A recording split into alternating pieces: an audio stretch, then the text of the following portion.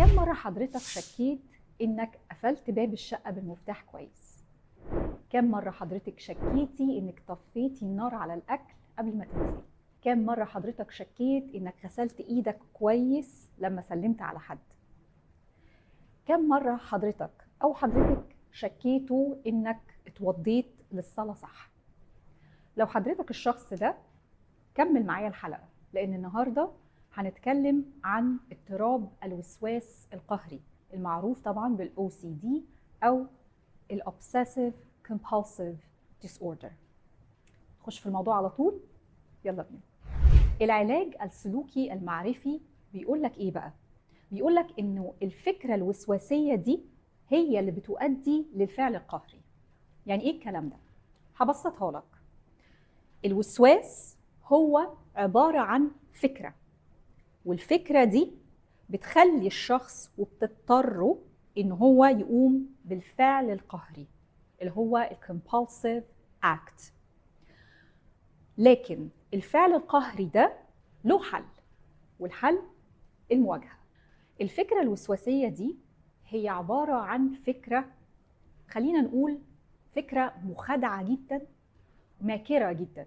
خلينا نحطها كأنها شخص ماكر مخادع manipulative، عنده أساليب بيهبط بيها على دماغ الشخص، أساليب مختلفة بأنواع مختلفة، بيهبط بطرق مختلفة علشان يعلي الخوف عند مريض الOCD. والخوف القوي ده بيضطروا إلى إنه هو يقوم بالفعل القهري. ليه؟ لأن الشخص ده، خلينا نقول، أو الفكرة الوسواسية بتتغذى أصلاً على خوف حضرتك. هي بتستمد قوتها أساساً من إيه؟ من الفعل القهري اللي أنت بتعمله، أو خلينا نقول بتستمد قوتها من تفاعلك أنت معاها. إزاي؟ لأن أنت بتديها اهتمام مبالغ فيه، وده هي الفكرة الوسواسية، هو ده اللي هي عايزاك تهتم بيها قوي وتديها أكبر من حجمها عشان تعرف تتغذى على خوفك. ومعنى الكلام ده إن كل ما الفكرة الوسواسية هجمت عليك بشكل انتنس، طبيعي إن الخوف بتاعك والتوتر بتاعك هيبقى برضو هاي انتنسيتي، وكل ما زاد في الانتنس ليفل بتاعه كل ما هي قدرت إنها تخليك تقوم بأفعال قهرية. بس الفعل القهري ده هو ما يهمهاش في حاجة، هو بيهمك أنت لأنك بتستمد راحتك منه. ولكن للأسف الشديد مريض الOCD بيروح للفعل القهري لأنه بيديله ارتياح مؤقت مش طويل، لأنه يدوبك شوية وبتهجم تاني عليه الفكرة أول ما تلاقيه ارتاح. هي الفكرة الوسواسية أو الشخص المتلاعب ده مش عايزك تهدى، مش عايز اهتمامك يروح عنها، لأن أنت لو اهتمامك بعد عنها هتبتدي تتيقظ كده وتفهم إن الفكرة الوسواسية دي هي فكرة مخادعة، سراب، مش حقيقة. بصوا يا جماعة، كلنا بيجيلنا وساوس كتير، يعني مفيش حد ما بيجيلهوش وساوس في وقت أو آخر من وقت للتاني. ولكن إيه الفرق ما بين الإنسان العادي والإنسان اللي عنده OCD؟ الشخص العادي لما بتهجم عليه فكرة وسواسية بيعرف يتخلص منها بسرعة. ليه؟ لأن هو بيعترف في لحظتها إنه الفكرة دي فكرة هبلة، فكرة طريفة، مش محتاج أديلها تركيز ولا اهتمام أصلا، فبالتالي ما بتعرفش تستمد قوتها من الشخص ده and it fades away بسرعة جدا منه. لكن الشخص اللي عنده OCD بيركز جدا جدا جدا في الفكرة الوسواسية، مما بيؤدي فيه إنه بيبتدي يعمل سيرش، بيعمل جوجلينج، بيبتدي يكلم ناس يسألهم، يبتدي يقوم بالفعل القهري عشان يرتاح قليلا، ويبتدي بقى يا إما فيلم الهروب إنه يحاول يهرب من الفكرة. وطبعا كل ده بيتفاعل مع الفكرة الوسواسية، وده طبعا مش مطلوب، لان هو ده اللي الفكره الوسواسيه او الوسواس عايزه، ان انت تتفاعل معاها ويبقى فيه كده ايه، حاجه رايحه جايه. طب ايه اللي احنا المفروض بنعمله؟ احنا بنقول للشخص العادي تجاهل الفكره، لكن الشخص اللي عنده OCD احنا بنقول له تجاهل، بس هنا كلمه التجاهل بتختلف.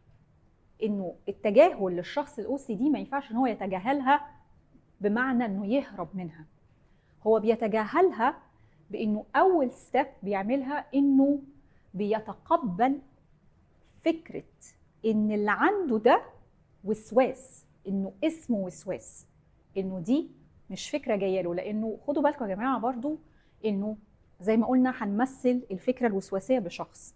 الشخص المتلاعب المخادع بيعمل ايه؟ بيحاول يديك الاحساس انه انت الافكار جايه من عندك انت والافعال جايه منك انت، فما بتشكش في الفكره، ما تحاولش انك تشك في الفكره لانها فكرتك.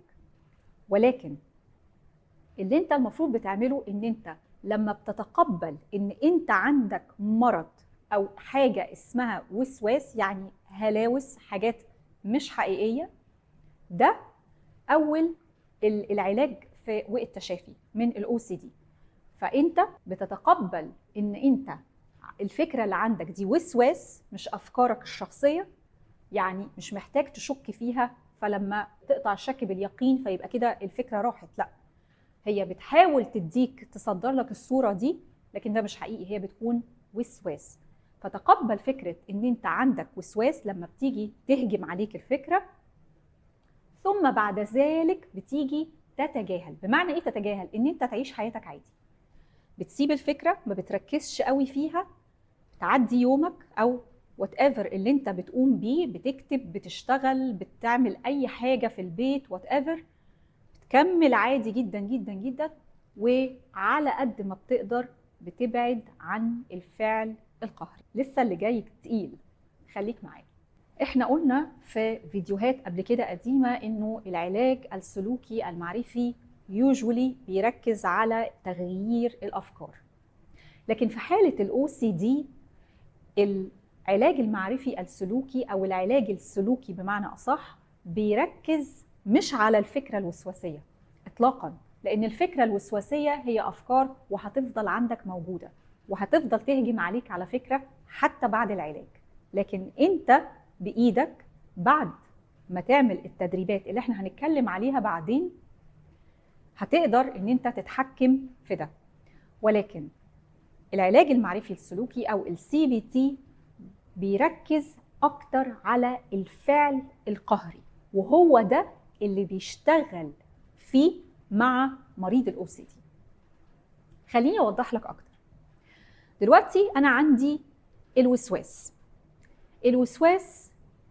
بيخلي الشخص عنده توتر وقلق وخوف، وكل ما كان الفكرة الوسواسية دي قوية وهجماتها قوية قوي بيبتدي القلق والتوتر والخوف عندك بيزيد جدا. فده بيضطرك انك تعمل ايه؟ انك تلجأ للفعل القهري اللي هو في الاخر بيديك ايه؟ ارتياح لكنه مؤقت. تقعد شوية صغيرين ويبتدي تنط عليك فكرة وسواسية، يا إما فكرة مختلفة تماما يا إما هي نفس الفكرة بس بشكل more intense. هي دي ايه الOCD سايكل.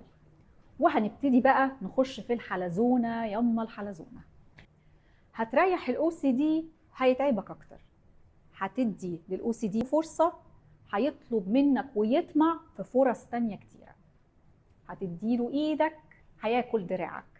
شوفوا بقى المثال اللي يمشي معاكم ايه.